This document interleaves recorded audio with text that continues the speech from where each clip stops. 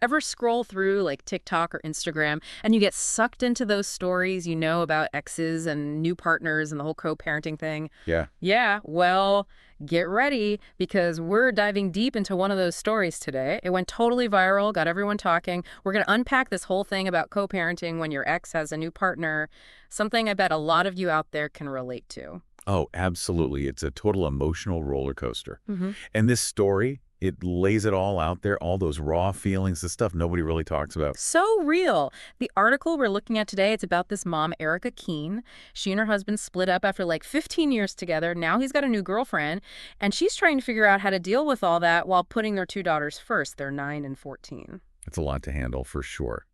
Erica's story, it reminds us that there's no rule book for this stuff. Everyone handles it differently. You'd think this would be like an angry story, right? Resentment, maybe even some social media drama. But, and this is the wild part, Erica does something completely unexpected. Instead of going after the girlfriend, she makes a video message for her. And get this, she hasn't even met this woman yet. Wow, that's interesting. Making a video, putting it out there on TikTok, it says a lot about relationships these days. And here's the kicker. It's not some kind of expose, it's the opposite.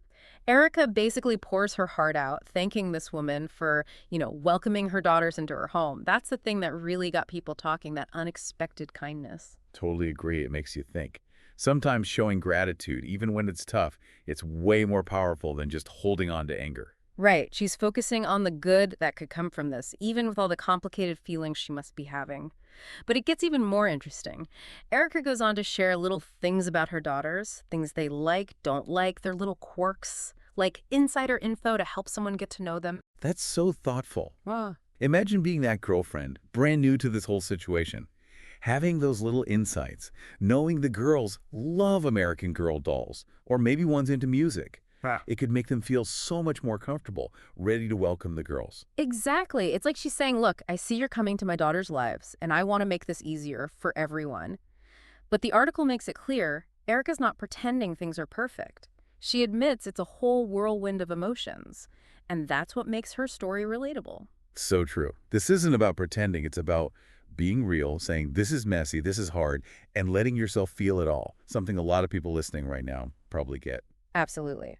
And keeping it real, Erica says when she first asked to meet the girlfriend, her ex wasn't so sure about it. Yeah, that happens a lot. It shows how important communication is in these situations. And not just any communication, but respectful, open communication, especially with kids in the picture. It's a tough balance to strike, right?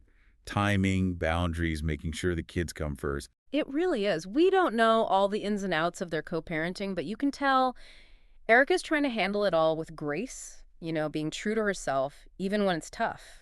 And that's what makes her story so inspiring. She's focusing on what she can control, her own choices, her own attitude.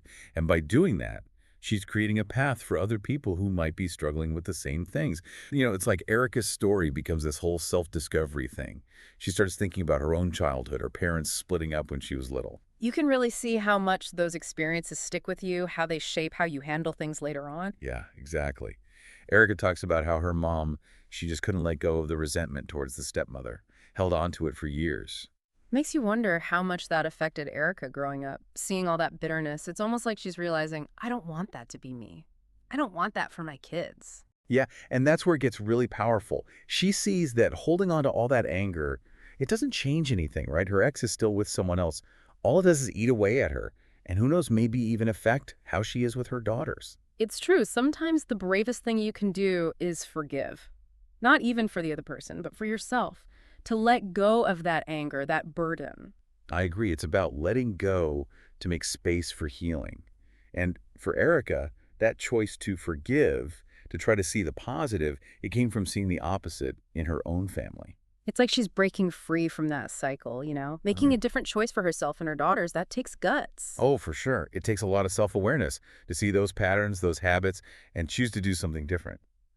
But here's the thing. It doesn't mean she's ignoring her feelings or pretending everything's fine. Right. She can still be sad, angry, even jealous. That's all human. Exactly. It's about feeling those feelings, letting yourself feel them, but not letting them control you, control your actions.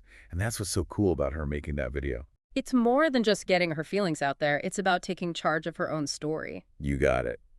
She's deciding how she shows up, how she wants this experience to be for her and her girls. And guess what? It really hit home with people. That video, it went crazy viral, over 1 million views, got everyone talking. It shows you how much people crave that realness, Real stories about how messy and beautiful life is, especially when it comes to family and relationships and all that. Absolutely. When we're real with each other, that's when we connect, when we find support, when we realize, hey, we're not alone in this. It's kind of wild, right? This simple video, totally from the heart, and it touches so many people. It's the power of being real.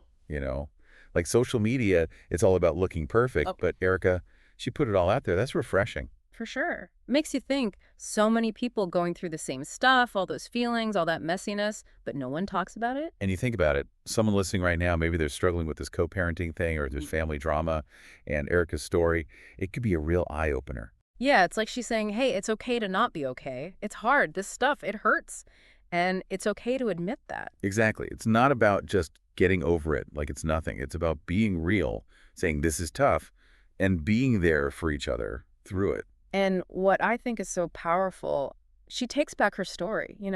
She said her ex told her she can't control this, but she found a way, right? Not by controlling the situation itself, but by controlling how she reacts to it. It's like you can't always control what life throws at you, but you can control how you handle it.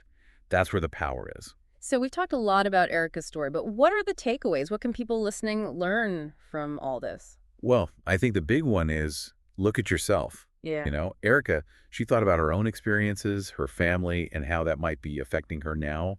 We can all do that, look back to see how it's shaping who we are. Like the past doesn't have to define you, but you can learn from it. Exactly. And the other thing is forgiveness and even gratitude. It's not about saying what happened was okay. It's about letting go of the anger so you can heal. That takes a lot of strength to get to that place. It does. It really does. And lastly, just be yourself. Erica sharing her story, the good, the bad, that's what connected with people. We all have those messy parts, and that's okay. So well said. And as we wrap up our deep dive today, I'm curious, what about you listening? Is there something in your life, maybe some resentment, some hurt, that you could approach with a little more grace, a little more forgiveness? Something to think about. And remember, you don't have to have it all figured out. Life's messy. That's part of it. Keep learning, keep growing, keep talking to each other.